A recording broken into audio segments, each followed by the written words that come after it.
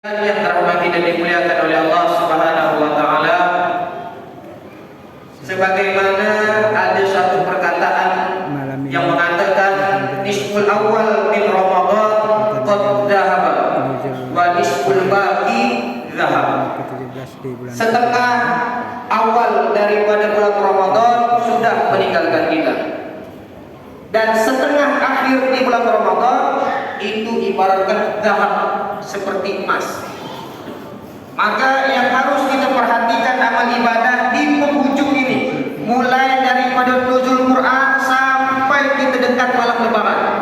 Jangan sampai kita terbalik. Maklum pun masalah iman ini, pertama iman kita naik, nanti pas sudah nak habis Ramadan iman kita menurun. Justru kalau kita ingin mendapatkan emas yang dikatakan oleh suatu makalah tadi, maka kita perhatikan ibadah kita. Karena penghujung setengah Ramadan kedua ini hanya orang-orang pilihan yang Allah permudahkan langkah kaki mereka untuk mendapatkan sesuatu yang berharga tersebut. Apalagi bertepatan pada malam ini, malam nuzulul Quran. Sebagaimana firman Allah yang kita ketahui, a'udzubillahi minasyaitonir rajim. Syahrul Ramadan alladzi unzila fihi al-Quran. Tujuannya apa Allah turunkan Al-Quran di bulan Ramadan? Dua kata Allah. Hudan linnas, sebagai petunjuk bagi manusia. Quran itu sebagai petunjuk, dan sebaik-baiknya petunjuk ya Al-Quran. Sebab apa? Semua yang ada di dalam Al-Quran itulah petunjuk daripada Allah. Kalau nak sabar Al-Quran, dalam Al-Quran ada jawabannya. Wa bayyinatin minal huda wal furqan. Dan Al-Quran ini sebagai bayyinat, bayan, penjelasan bagi orang-orang yang ingin mendapatkan petunjuk tersebut, wal furqan, dan sebagai pembeda yang mana baik, yang mana jelek. Jadi apa? Nabi mengatakan kitabullah wa sunnati. Kitabnya Allah Al-Quran wa sunnati, dan hadis-hadis Nabi Muhammad sallallahu alaihi wasallam. Bapak dan Ibu yang dirahmati dan dimuliakan oleh Allah Subhanahu wa taala. Karena waktu kita ini hanya 10 menit, saya cerita singkat saja bahwasanya Al-Quran ini Pak, sebenarnya Allah Subhanahu wa taala sebelum Al-Quran diturunkan di muka bumi ini, Allah perintahkan kepada Al-Qalam dulu di Lauhil Mahfuz. Al-Qalam itu yang ada di surah Al-Quran, wal qalami wa ma yasturun. Allah perintahkan kepada Al-Qalam untuk mencatat apa yang telah Allah bicarakan, apa yang telah Allah firmankan dari bismillah Al-Fatihah sampailah qul a'udzu birabbil. Al-Qalam itu tulis di Lauhil Mahfuz. Lauhil Mahfuz itu suatu tempat yang mana tak bisa diubah-ubah. Ditulislah oleh Al-Qalam waktu ketika ditulis, subhanallah, selesai dari Al-Fatihah bismillah sampai qul nas, akhirnya Allah perintahkan kepada malaikat Malik. Wahai Malik, kata Allah, kau salin apa yang ditulis oleh Al-Qalam di Lauhil Mahfuz, disalin dengan malaikat Malik. Ketika singkat cerita sudah disalin Pak, malaikat Malik pun diperintah oleh Allah untuk memberikan kepada malaikat Jibril, dan malaikat Jibril pun setelah apa yang disalin oleh malaikat Malik dibawa ke suatu tempat penyimpanan Al-Quran, namanya Baitul Izzah.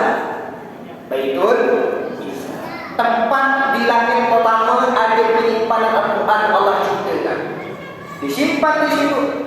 Setelah disimpan, barulah yang kita peringati 17 Ramadan turunnya Al-Quran.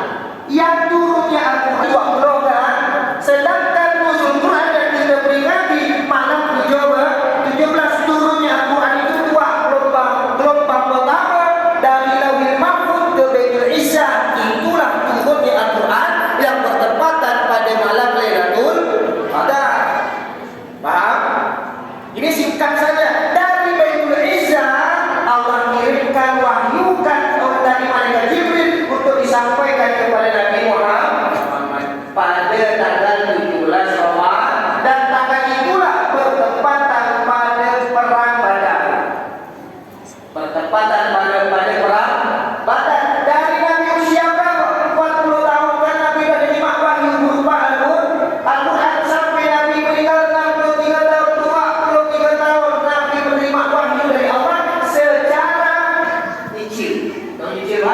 setiap keadaan, setiap kejadian Allah turunkan.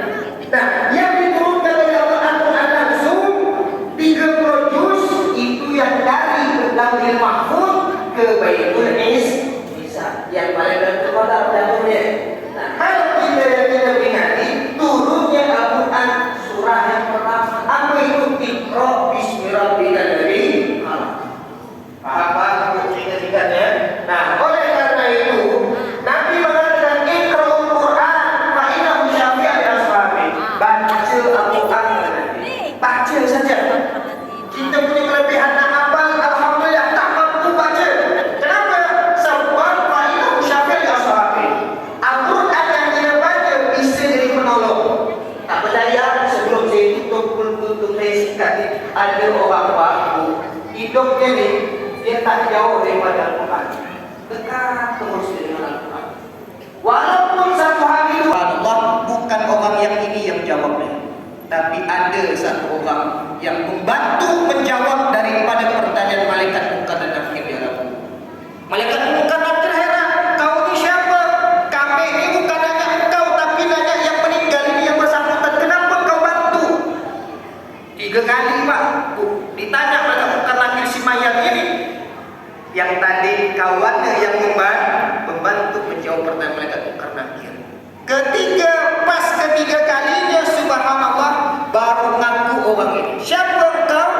Ternyata dia bilang apa? Akulah Al-Quran yang orang ini baca semasa dia hidup dan dia jadikan aku sebagai temannya. Dia setia sama saya, kata Allah.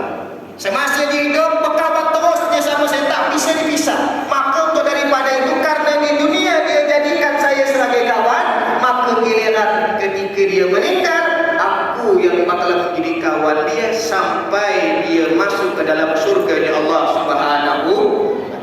Maka mudah-mudahan kita yang hadir di sini bisa menjadi orang-orang yang istiqomah untuk membaca Al-Quran, dan mudah-mudahan Allah Subhanahu wa taala jadikan kita orang-orang yang dekat dengan Al-Quran, dan mudah-mudahan dengan keberkahan daripada Al-Quran ini segala urusan kita dipermudahkan oleh Allah Subhanahu wa taala. Amin amin ya rabbal alamin.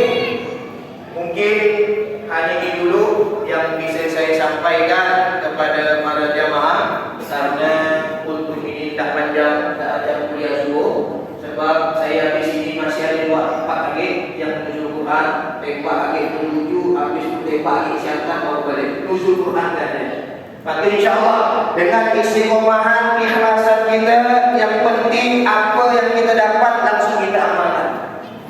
Kalau kita mau ketika kita meninggal ada penolong, jadikan Al-Quran sebagai kawan kita di dunia, maka dia akan menjadi penolong kita. Sebab banyak orang yang meninggal, dia yang piatu tak ada yang menolong dia. Hatta suami, anak, isteri dia tak menolong dia. Maka kita tak mau seperti ini. Supaya